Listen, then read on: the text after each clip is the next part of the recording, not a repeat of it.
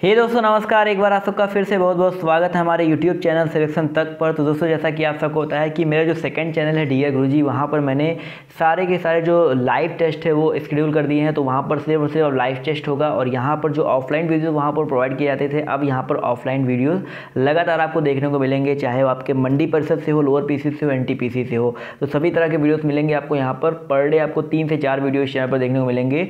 तो मैं आपको बता देना चाहूँगा कि यहाँ पर आपको 3 वीडियो आपको मंडी परिषद लोअर पीसी से मिलेंगे। इसके अलावा एक वीडियो आपको NTPC से रिलेटेड मिलेगा और जितने भी लाइव टेस्ट हैं Hindi, GK, GS, mathematic, reasoning, वो आपको हमारे डियर गुरु चैनल पर कराए जाएंगे। तो चलिए स्टार्ट करते हैं आज के पहले क्वेश्चन से। तो सामान्य ज्ञान, तो इसके लिए मैं एक प्लेलिस्ट बना दे रहा हूँ जहाँ पर आपको GK, GS का अलग प्लेलिस्ट, हिंदी का अलग प्लेलिस्ट और आपके रीजनिंग के लिए, मैथ के लिए अलग अलग प्लेलिस्ट मिल जाएंगे। तो ये आपका पहला पार्ट है, इस चैनल पर पहला पार्ट है, इसलिए इसको #1 यानी कि पहला क्लास इसका नाम दिया गया है। तो चलिए पहले क्वेश्चन पे आते हैं। तो पहला क्वेश्चन यहाँ पर कह रहा है, निम्नलिखित में से कौन सा कंप्यूटर सॉफ्टवेयर प्रोग्राम है जिसका उपयोग डेटा संग्रहित करने, व्यवस्थित करने और हेर फेर के लिए किया जाता है। देखिए बहुत ही रिपीटेड क्वेश्चन है। तो यहाँ पर अगर देखा जाए तो ऑप्शन जो इसका बी है एक्सेल, ये बिल्कुल करेक्ट हो जाएगा। जी हाँ, तो एक्सेल जो है वो आपका इस काम के लिए किया जाता है प्रयोग। तो ऑप्शन जो इसका बी है वो बिल्कुल करेक्ट हो जाएगा। अगला क्वेश्चन आपसे कह रहा है यहाँ पर बिटकॉइन क्या होता है। बिटकॉइन जो है एक डिजिटल करेंसी है। जी हाँ दोस्तों, एक डिजिटल करेंसी है जिसे हम आम भाषा में इंटरनेट करेंसी भी कहते हैं और इस करेंसी को हम अपने घर में या अपने वॉलेट में स्टोर करके नहीं रख सकते हैं। तो यहाँ पर देखा जाए तो ऑप्शन नंबर इसका जो डी है वो बिल्कुल करेक्ट हो जाएगा। क्वेश्चन नंबर 28 पर आते हैं। देखिए आपसे कह रहा है, निम्नलिखित में से कौन सा डेटाबेस सॉफ्टवेयर का एक उदाहरण है। डेटाबेस सॉफ्टवेयर यानी कि आपका देखा जाए तो ऑप्शन नंबर इसका जो है ओरेकल RDBMS, ये जो है डेटाबेस सॉफ्टवेयर का एक उदाहरण है। तो ऑप्शन जो इसका ए है वो बिल्कुल करेक्ट हो जाएगा। अगला क्वेश्चन कह रहा है यहाँ पर, कौन सा नियम है जो बताता है कि प्रोसेसर की गति या कंप्यूटर की समग्र प्रसंस्करण शक्ति प्रत्येक 2 वर्ष पर दुगनी हो जाएगी। तो यहाँ पर देखा जाए तो ऑप्शन नंबर इसका जो बी है वो बिल्कुल करेक्ट होएगा। मूर का नियम या मूरे का नियम जो है वो यही कहलाता है। तो ऑप्शन जो इसका बी है वो बिल्कुल करेक्ट हो जाएगा। क्वेश्चन नंबर 30 आपसे कह रहा है कि निम्नलिखित में से कौन सा ओपन सोर्स सॉफ्टवेयर का एक उदाहरण है। तो ओपन सोर्स सॉफ्टवेयर का कौन सा एक उदाहरण है। तो ऑप्शन नंबर इसका देखा जाए सी जो है लिबर ऑफिस। यहाँ तो लिबर ऑफिस जो है वो ओपन सोर्स सॉफ्टवेयर का एक उदाहरण है। ये ऐसे सॉफ्टवेयर होते हैं जिनका इस्तेमाल पुनः विवरण मुक्त में होता है, यानी कि ऑप्शन जो इसका सी है वो बिल्कुल ऑप्शन सी लिबर ऑफिस। इसके अलावा लाइनक्स, GIMP, ओपन ऑफिस, आर्ग, गूगल क्रोम, ये सारे आपके ओपन सोर्स सॉफ्टवेयर होते हैं। अगला क्वेश्चन आपका यहाँ पर कह रहा है कि उत्तर प्रदेश में किस कढ़ाई शैली के लिए विश्व प्रसिद्ध है। तो उत्तर प्रदेश जो है दोस्तों आपका वो चिकनकारी यानी कि लखनऊ इसके लिए फेमस है। लखनऊ की जो चिकनकारी है वो काफ़ी ज़्यादा फेमस है। तो ऑप्शन जिसका सी है वो बिल्कुल करेक्ट हो जाएगा।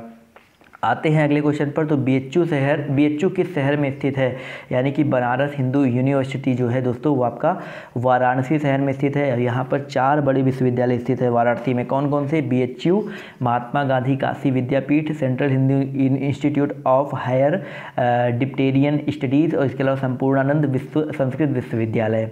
क्वेश्चन नंबर देखिए 23 आपसे कह रहा है, रामलीला और रासलीला उत्तर प्रदेश के में किसके उदाहरण है। तो रामलीला और रासलीला की अगर हम बात करते हैं तो ये उत्तर प्रदेश में किसके उदाहरण है। तो यहाँ पर देखा जाए तो ऑप्शन नंबर इसका जो बी है लोक नाटक और लोक नृत्य शैली इसके उदाहरण है। तो ऑप्शन जो इसका बी है वो यहाँ पर बिल्कुल करेक्ट हो जाएगा।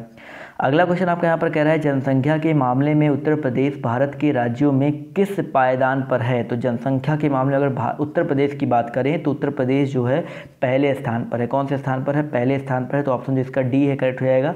इसके अलावा विश्व स्तर पर अगर देखा जाए तो जनसंख्या के मामले में जो उत्तर प्रदेश है वो 5वें स्थान पर। जी हाँ, विश्व स्तर पर उत्तर प्रदेश 5वें स्थान पर है। पहले पे चाइना है, दूसरे भारत, तीसरे पे अमेरिका, इंडोनेशिया है। उसके बाद जो अपना उत्तर प्रदेश आता है वो 5वें स्थान पर आता है। आते हैं क्वेश्चन नंबर 35 पर। तो कह रहा है मुरादाबाद किसके लिए प्रसिद्ध है। तो सबको पता है मुरादाबाद जो है भारत के उत्तर प्रदेश राज्य का एक नगर है और जो पीतल के हस्तशिल्प के निर्यात के लिए प्रसिद्ध है, यानी कि ऑप्शन नंबर इसका जो ए है धातु की कलाकृतियों के लिए, ये बिल्कुल करेक्ट हो जाएगा। क्वेश्चन नंबर 36 कह रहा है, उत्तर प्रदेश में एकमात्र तेल रिफाइनरी कहाँ पर स्थित है। तो उत्तर प्रदेश में एकमात्र तेल रिफाइनरी देखा जाए कहाँ पर स्थित है। तो यहाँ पर ऑप्शन नंबर इसका जो बी है मथुरा, ये बिल्कुल करेक्ट रहेगा। एकमात्र तेल रिफाइनरी जो है आपका मथुरा में स्थित है।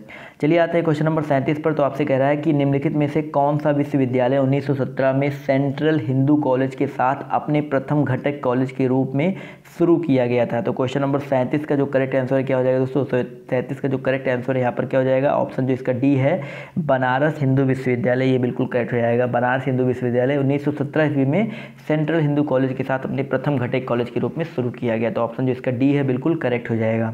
क्वेश्चन नंबर आपका 38 कह रहा है कि उत्तर प्रदेश में किस धर्म के अनुयायी सबसे कम संख्या में है। तो किस धर्म के अनुयायी सबसे कम संख्या में है, तो यहाँ पर देखा जाए तो सबसे कम संख्या में दोस्तों यहाँ पर पारसी धर्म के अनुयायी हैं। तो ऑप्शन जो इसका सी है वो बिल्कुल करेक्ट हो जाएगा। क्वेश्चन नंबर आपका 39 कह रहा है निम्नलिखित में से कौन सी भाषा उत्तर प्रदेश में सबसे कम लोगों द्वारा बोली जाती है। तो कौन सी भाषा, तो संस्कृत भाषा सबसे कम लोगों द्वारा बोली जाती है। तो ऑप्शन जो इसका फर्स्ट है वो बिल्कुल करेक्ट हो जाएगा। क्वेश्चन नंबर देखिए 40 आपका देखिए उत्तर प्रदेश से ही रिलेटेड है। तो आपके उत्तर प्रदेश वाले जितने भी पेपर होते हैं उसमें उत्तर प्रदेश से रिलेटेड क्वेश्चन बहुत आते हैं। तो क्वेश्चन नंबर 40 कह रहा है निम्नलिखित में से कौन सी फसल उत्तर प्रदेश में आमतौर पर या व्यापक रूप से नहीं उगाई जाती है। तो यहाँ पर देखा जाए क्वेश्चन नंबर 40 का जो करेक्ट आंसर क्या हो जाएगा, ऑप्शन डी हो जाएगा। कपास जो है वो उत्तर प्रदेश में कम उगाई जाती है। उत्तर प्रदेश में गेहूँ, चावल, तिलहन ये जो है ये अधिक उगाया जाता है। क्वेश्चन नंबर आपका 41 पर आते देखिए कह रहा है कि निम्नलिखित में से किस नेता को नेताजी कहा जाता है। तो सबको पता है सुभाष चंद्र बोस जी को नेताजी बोला जाता है। तो ऑप्शन जो इसका बी है वो बिल्कुल करेक्ट रहेगा, नेताजी सुभाष चंद्र जी बोस जी को। इनका जो जीवन काल है वो 1897 से 1945 ईस्वी तक माना जाता है। और सुभाष चंद्र बोस जी को 1920 से लेकर के 1930 तक ये इस समय तक कांग्रेस के गर्मपंथी विचार नेता रहे थे, गर्मपंथी विचार के नेता रहे थे। और सुभाष चंद्र बोस जो नेताजी के नाम से भी जाने जाते हैं, आप सबको पता ही है। और गोपाल कृष्ण गोखले भारत के एक स्वतंत्र, यहाँ पर ऑप्शन जो है गोपाल कृष्ण गोखले जो है ये भारत के एक स्वतंत्र सेनानी, समाजसेवी, सेवई थे और विचारक भी थे। इसके साथ ही साथ ये एक सुधारक भी थे। इसके अलावा एक क्वेश्चन बहुत आपके पेपर में आता है कि भाई ग्लेड स्टोन किसको कहा जाता है। तो याद रखिएगा गोपाल कृष्ण गोखले को ही भारत का ग्लेड स्टोन कहा जाता है। याद रखिएगा इस क्वेश्चन से बहुत ही इंपॉर्टेंट चीज़ें निकल के आई हैं सामने जो कि आपको दिमाग में रख लेना है। क्वेश्चन नंबर आपका 42 कह रहा है निम्नलिखित में से कौन एक भारतीय राष्ट्रीय आंदोलन में क्रांतिकारी नेता नहीं थे। तो क्रांतिकारी नेता यहाँ पर देखिए अभी मैंने आपको गोपाल कृष्ण गोखले के बारे में बताया, तो ये जो थे ये क्रांतिकारी नेता नहीं थे। तो ऑप्शन जो इसका डी है वो बिल्कुल करेक्ट हो जाएगा।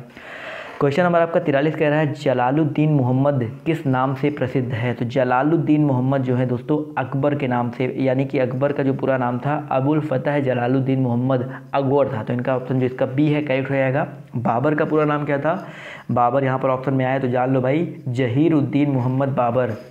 इसके अलावा शाहजहाँ का पूरा नाम क्या था भाई, शाहजहाँ का पूरा नाम अल आज़ाद अबुल मुजफ्फर साहब उद्दीन मोहम्मद खुर्रम, ये था शाहजहाँ का पूरा नाम।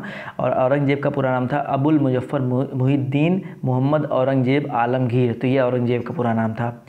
क्वेश्चन नंबर 44 कह रहा है कि खगोलविद वराह मिहिर और कवि कालिदास किसके दरबार के हिस्से थे। तो ये बहुत इंपॉर्टेंट क्वेश्चन है। तो यहाँ पर विक्रमादित्य करेक्ट हो जाएगा। तो विक्रमादित्य के दरबार के हिस्से थे। तो ऑप्शन जिसका ए है वो बिल्कुल करेक्ट हो जाएगा।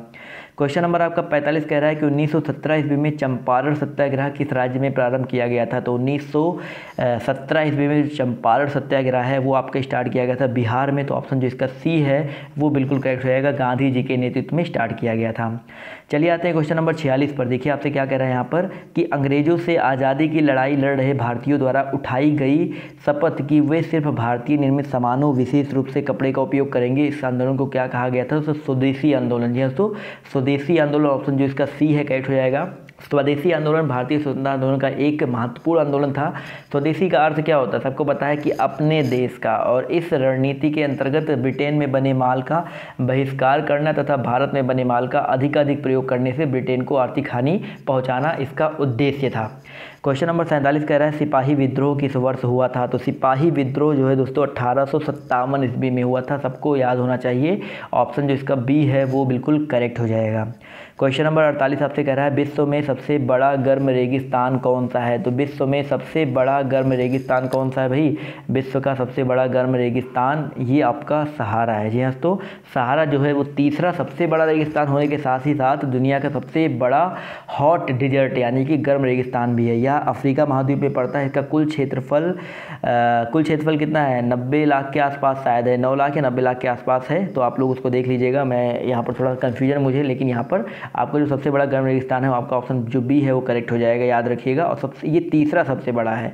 और दुनिया की जो सबसे बड़ी नदी है नील नदी, यहाँ पर कई बार पूछा गया भाई, दुनिया की सबसे बड़ी नदी है वो नील नदी है, वो इसका अपवाद है, वो क्योंकि वो इसी रेगिस्तान से होकर गुजरती है, इसलिए ये चीज़ याद रखिएगा, कभी कभी ये क्वेश्चन आपसे पूछा जाता है। क्वेश्चन नंबर आपका 49 कह रहा है, कौन सा दर्रा तिब्बत के साथ मिलकर के साथ सिक्किम राज्य को जोड़ने वाली भारत चीन सीमा पर है? तो यहाँ पर याद रखिएगा नाथुला दर्रा, जो नाथुला पहाड़ का दर्रा है वो चीन के तिब्बत स्वायत्त क्षेत्र के साथ सिक्किम को जोड़ता है। तो ऑप्शन जो इसका बी है वो बिल्कुल करेक्ट हो जाएगा। अब आते हैं आज के होमवर्क पर। तो आज का होमवर्क आपके सामने है कि भारत में किस राज्य में सबसे ज़्यादा बांध है? तो सबसे ज़्यादा बांध किस राज्य में है? आपको एक तो ये कमेंट करना है, ये भी कमेंट करके बताना है कि कितने बांध हैं, सबसे ज़्यादा बांध कहाँ पर है, वहाँ पर कितने बांध है, ये भी आपको बताना है। तो आज की इस वीडियो में सिर्फ इतना ही। आई होप आपको वीडियो पसंद आया होगा। तो ये चैनल पर अगर आप नए हो तो चैनल को सब्सक्राइब करना मत भूलिएगा। अभी के लिए बाय, टेक केयर, जय हिंद, जय भारत। मिलते हैं आप सबसे नेक्स्ट वीडियो में।